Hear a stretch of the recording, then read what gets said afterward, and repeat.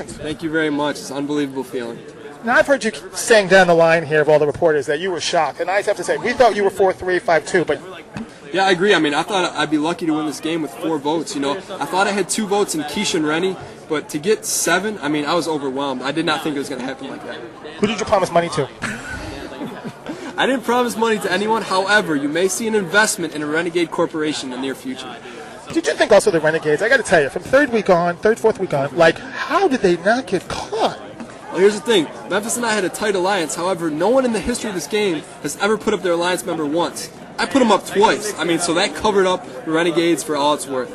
Some of your acting, though. Isn't that last week when you said, if you think I'm taking you to the final two, you're crazy? I thought, okay, Dan, dial it down because no one's buying this. It's like you lost your Emmy. Because I was giving you an Emmy before. In some of the diary rooms, you were like so funny. I thought, okay, this guy's really hysterical. Give him an Emmy. And I thought, if Jerry believes that line, I'm not taking you to the final two. I thought, God, is that the worst acting I've ever seen? Yeah, you know, I pride myself on being a school teacher, not an actor. You know, I went over the line a few times. Memphis even told me a few times, stop acting, you're horrible. But hey, it got me $500,000, so I have to be worth something. He said horrible. That was kind. But yeah, some of it was like, oh, that's so over the top. Who's going to buy this? But they bought it. Yeah. I mean, you know, give us credit. You know, I couldn't have won this game without Memphis, and I had to use him in a lot of different situations. And lucky for me, he's a best friend, and I could trust him in the end. Now, I wouldn't have any regrets if I just won $500,000. But do you have any? Regrets? I have a few, but then again, too few to mention. I knew he would come back with the song. Okay. Let me ask you. You did say shocked, but did you kind of think I've won, but I'm not sure what the vote's going to be? I'm sorry. Did you think I've won, but I don't know what the vote's going to be? No, I never thought I won this game. You know, I thought I'd be lucky to get 4 votes. I was trying to pull them from my head who would vote for me, and I didn't have an answer. I thought I had 2 votes, but I never thought I'd pull 4, let alone 7. So let me ask you, what did you think the breakdown would be? I thought Rennie and Keisha, I had Libra up in the air. Jerry would probably vote for Memphis because in the house, Jerry loved Memphis. Jerry wanted to be Memphis' best friend and vice versa. April, I didn't know. Ollie, I didn't know. You know, so it was a crapshoot. We had it 4-3, and we thought Michelle would be the tiebreaker because of the trip. She said the trip had nothing to do with it. Yeah, I mean, that's surprising, you know. Michelle had a trip taken from her. I thought a little bribery might get me a vote, but she's a strong-minded person, and I should have known it takes more than a trip to get Michelle's vote. Do you think people underestimated the nice Catholic school teacher? Yeah, I think, you know, some people wanted me to be Father Dan, wanted me to be this nice guy, which I really am, but they wanted it more than I was willing to give it to them. But when they came at me and said, hey, can you give us a Bible verse? Sure, who am I to disappoint the other house guys? I mean, not to say you're not a nice guy, but I was surprised, like, you did sell yourself when you came in. If I'm religious and I teach Catholic school, and you were some of the most devious, cunning guy I've ever seen on the show. Yeah, you know, I have some explaining to do. I'm Catholic. However, Catholics can go to confession. Am I sorry for lying in the game?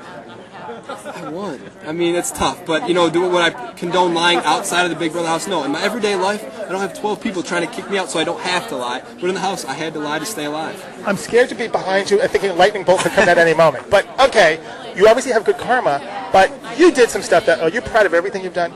You know, not necessarily. You know, there was a few moves I had to make that people I liked I had to do tremendous wrongs to. Michelle I actually liked as a person, and I sent her out in the worst way in Big Brother. That's backdoor. She doesn't have a chance to do anything. So, you know, but I had to do that to win. And I hope I made amends with her with the trip, but I don't really have any regrets because otherwise I probably wouldn't be standing here with you. Watch your back, Dan. Watch your back. But you did. You survived an earthquake and the Judas thing. Because we kind of thought, well, he's really smart. My money was on Libra really early on. Libra and Brian. I thought you'd be gone 4th, 5th week. And you kept amazing us because you just wouldn't go. You were resilient. Yeah, I thought Libra could have definitely won this game. You know, she's, in my opinion, the best manipulator in this house. However, she pushed it so far that she couldn't reel back. If I were to pick someone to win this game going in, I would have picked Libra because she's a phenomenal competitor. If she were to be put in the house in All-Stars, watch out. I might not even go in if she's in there. Well, that's a compliment of anything. But what do you think really turned the tide and the game around for you? Because obviously you could charm people as you were backstabbing them and they didn't hate you. Yeah. You know, maybe the Catholic school teacher was a little charming, but I think I got a little lucky. You know, there's a group of 6 people. They pulled me in to be the 7th. Why they did that, I have no idea. I got a little lucky. And from that point, all I needed was to get in the door. Once I got in the door, they weren't kicking me out. Because Catholic school teacher to a lot of people says trustworthy and loyal, which you're not. Right. You know? Being Catholic school teacher, people think I'd be loyal, and here's the big move I made. Week 1, my best friend gets kicked out. I could have voted with the house, but I was loyal to Brian. I voted, so it looked like I was loyal to Brian, when in actuality, I wasn't going to be loyal to anyone in the house. I have to also just say to you, when you were America's Player, I thought, you're done, because you're going to do stuff that's going to, and by the way, the Jesse Hug thing, brilliant TV. Yeah, you know, being America's player, obviously a huge humbling experience because that means America maybe likes me a little bit, but I had so much fun with it, and it was really a blessing in disguise. And going in, that was a swing vote. That was the fourth vote. It was Jesse and Memphis. America had the swing vote. They could have screwed my entire game up by voting out Memphis, but I owe some of the $500,000 to America for voting out Jesse. I'll take 20. But here's the question. Yeah. At that point, you then became like this Judas in the house, and that being America's player almost screwed your game totally. How did you pull back from that? You know, being America's player, I did what any America's player would do. Have a lot of fun with it. You know, the goofier I got, the more and more people thought I was America's player, so they kind of overlooked me. You know, this goofy guy cannot really be playing this game that hard, and really I was. It was almost a brilliant strategy to kind of, in the case, throw challenges or be kind of like the laid-back guy. Did you go in with that strategy?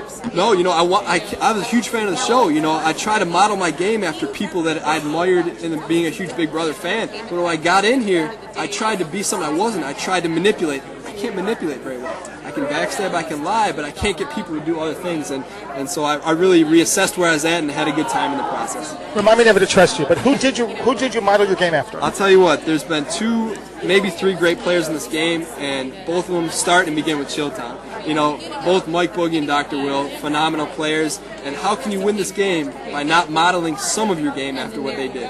What I love, they told people, I'm going to backstab you, and they still got votes. Yes, you know, that's the thing. Some of those, the Chilltown would say, hey, I'm going to lie, that's why we're here, and that's basically what I did. I told people I was honest about lying, if you can believe it. Well, keeping this clean, because this is, the web, what is the first thing you're going to do when you get out of here? The first thing I'm going to do when I get out of here is go on a renegade vacation. Memphis and I are going to get in his 69 Camaro and probably go straight to Vegas and have a good time. That was not what I expected. How does the girlfriend feel about this? The girlfriend's coming along on the renegade vacation. Okay, so this is going to be a foursome kind of a thing. It's not going to be like the two guys doing like a Road to Rio movie kind of thing, Bob Hope and, No, it's going to be renegade men and renegade girlfriends having a heck of a time in Vegas. You'll probably see Brian in there too. I hope your girlfriends get along. Me too. The Renegades got along so well. I hope the Renegades' girlfriends get along so well. Otherwise, Memphis and I may get evicted from the hotel we're staying at. Last question. Well, you know what they say, though, bros before hoes. You're Catholic. You can't say that. No, I can't say that. But I'll tell you this. I made a best friend for life in Memphis, and I trust him with my life. And I'm going to trust him with a huge investment, so I hope he does well with it. I do have them. One more last question. Who don't you want to see again?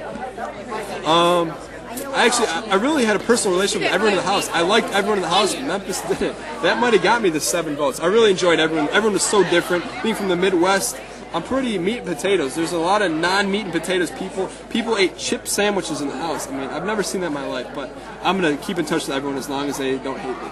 Okay, that was the PC answer. Give me the real answer. No, I'm serious. I'll keep in touch with everyone, even Jerry. You know, people be like, how can you, why do you like Jerry? You know, blah, blah, blah. He called you Judas. Yeah. I don't have a grandfather. Jerry gave me a lot of advice in this house. Although he called me Judas, my grandfather never called me Judas. I mean, I have a 75-year-old grandmother who says things she doesn't always mean, and I forgive Jerry. You know what he said at the end is that you would say goodnight every night, and that touched him. Yeah, you know, Jerry slept in a room by himself. He spent a lot of time by himself, and that, as tough as a player as I was, it's still tugging my heartstring. I hate to see anyone's father, anyone's grandfather be left alone, and so, you know, I try to be as kind to him as I could. No doubt about it. You played the best. Thank you very much. I appreciate it. Spend that money wisely. Thank you. And if you have a